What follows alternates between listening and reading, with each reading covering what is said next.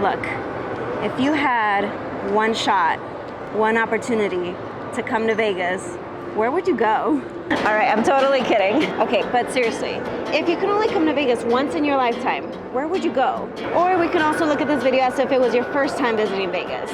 And I know you're gonna wanna see what comes out in the movies and TV. Regardless of the case, I know there's people that save their whole lives just to be here at least once. So I'm making this video because I wanna make your visit memorable. It's gonna be touristy, but it's gonna be worth it. All right, let's go ahead and get started.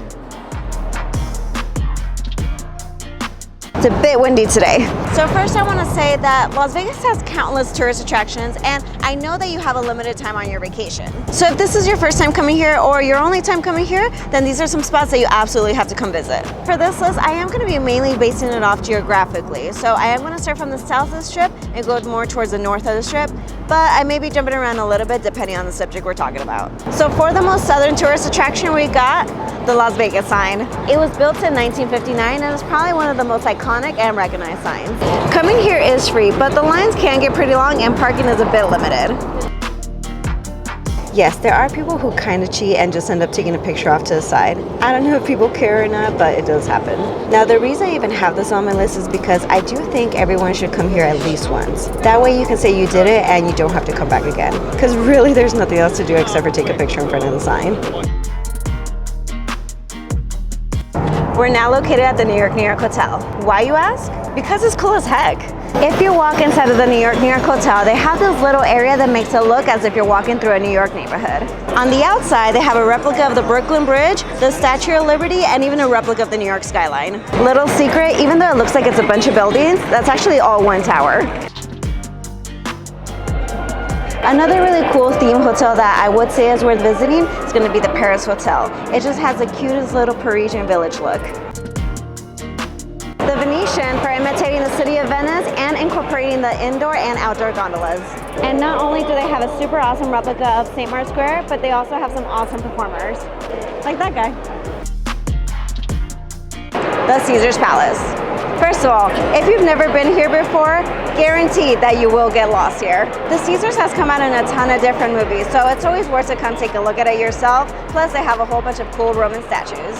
And again, there's plenty more theme hotels throughout Las Vegas, so if you have the time, I would go and take a walk through them. Next up, the Bellagio. Here I'm going to talk about two different attractions, and the first one is the Fountains, which is what they're most known for. They have an array of music that dances along to the fountains. They have music from Andrea Bocelli, Frank Sinatra, even to today's music like Bruno Mars. This fountain show plays every day. So during the weekdays from 3 p.m. to 7 p.m. is going to be every 30 minutes. On the weekends from noon to 7 is going to be every 30 minutes. And then every single day from 7 p.m. till midnight is going to be every 15 minutes. And then if we go inside,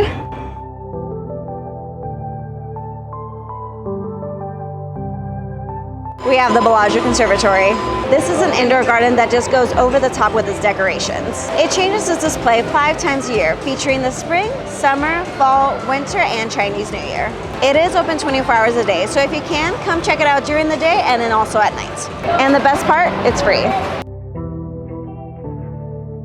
So we're now passing the Caesars Palace, and while we're here, I'm going to mention buffets. Las Vegas has always been known to have some pretty extravagant buffets, and lots of visitors make it a point to try as many as they can. Now, the reason that I mention the Caesars Palace is because they have the most expensive and the largest buffet at the moment. But there are some other really great ones out there, such as the Bellagio, the NYNY, and the Cosmopolitan. So now we're just walking across the street really quick to go over to the Link Promenade, which is another really cool spot to walk around in.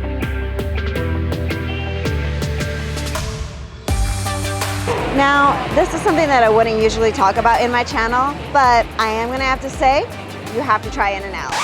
Now hear me out, because I know all my California viewers right now are like, really, Norma? But if you are from the East Coast in the US, or you're from another country and this is your first time stepping onto the West Coast in America, I say try it. At least once. I mean, it's what the West Coast is popular for. Plus it's cheaper being on the strip, and I'm kind of hungry right now. Hi, can I get a number 2, no onions, extra tomato? And can I make the fries animal style? Ooh, look at that. You can't tell me this is not beautiful. They do have a lot of secret items, just like these animal fries. Now this beauty right here is gonna be French fries loaded with cheese, grilled onions, and their secret sauce. Definitely cheat meal of the week. So lunch is over, but now it's time for a drink. If you want to have the full Vegas experience, you just have to walk around with a drink in your hand. Unlike most cities in the world, it's totally okay to walk around and have a drink in your hand on the Las Vegas Strip. There are a few rules though. It most definitely cannot be glass, but plastic and aluminum containers are okay on the Las Vegas Strip.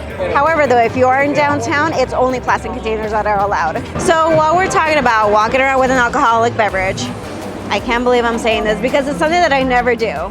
You gotta get a Fat Tuesday. Because I mean, it's basically like an alcoholic slushie. You are gonna see tons of people walking around with them, or at least with similar brands, but it is part of the full Vegas experience. All right, there, I said it. Moving on. Now I just have to go back and get my car because we have to travel a few miles north to the next spot.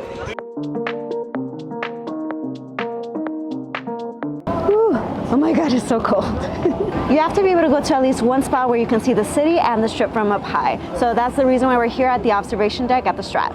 We are over 1,100 feet up in the air and it has 360 degrees of some gorgeous views. Vegas has plenty of places that you can get some really awesome views, but the reason that I think this place is worth it is because not only is it available to all ages, but it's open from early into the morning all the way into late into the night. And not only are you going to be able to get some awesome views of the Strip and the city, but you're going to be able to see well off into the desert and the mountains. So I feel like you can truly see how big Vegas is. Now again, there are some other spots that you can go to besides the Strat observation deck. If you want something that has better views of the actual Strip, I would say to go on the high roller because again, it is available to all ages. Or if you're grown, I would say go to a rooftop lounge. Some of my favorites include Skyfall at the Delano, Ale on 66 at Resorts World, and Legacy Club at Circa.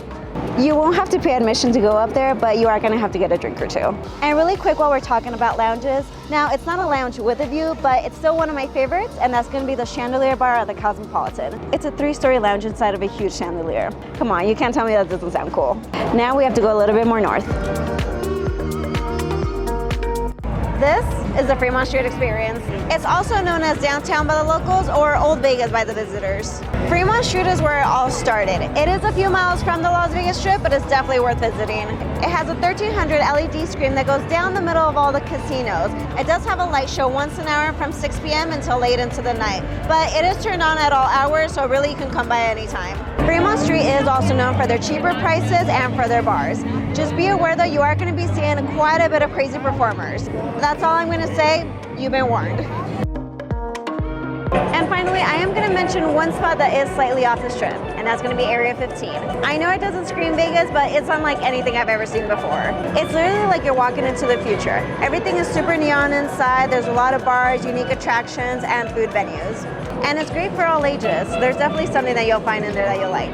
I know this was a pretty big and broad list, but I do have a ton more videos that go more into detail about all the places I mentioned. So please make sure you watch those too. I really do hope that this list will make your first trip, or maybe your only Vegas trip, that much more special. So if you can please give this video a thumbs up, subscribe, share it with your friends, and comment below. Tell me what other places are a must visit for first timers. Thank you so much for watching, guys. I'll see you next time.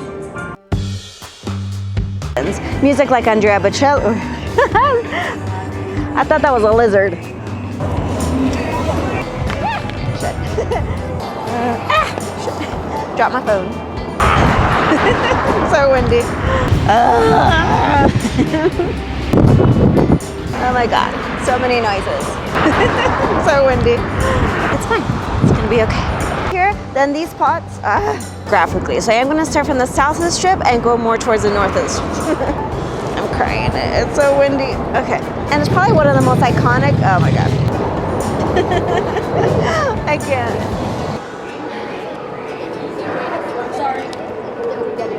Most expensive and the largest buffet at the moment. No. It has a 1,300 square, no, not square foot. It has a 1,300 foot LED canopy screen. Oh, sorry. I like watching YouTube videos. Oh, thank you. Yeah, I appreciate it, man. Hi. Oh my God, That's crazy, right? I'm filming right now, actually. The Venetian for imitating the city of, Venetian for, it's so heavy. Guys, I'll see you guys next time. Oh, I'm so tired.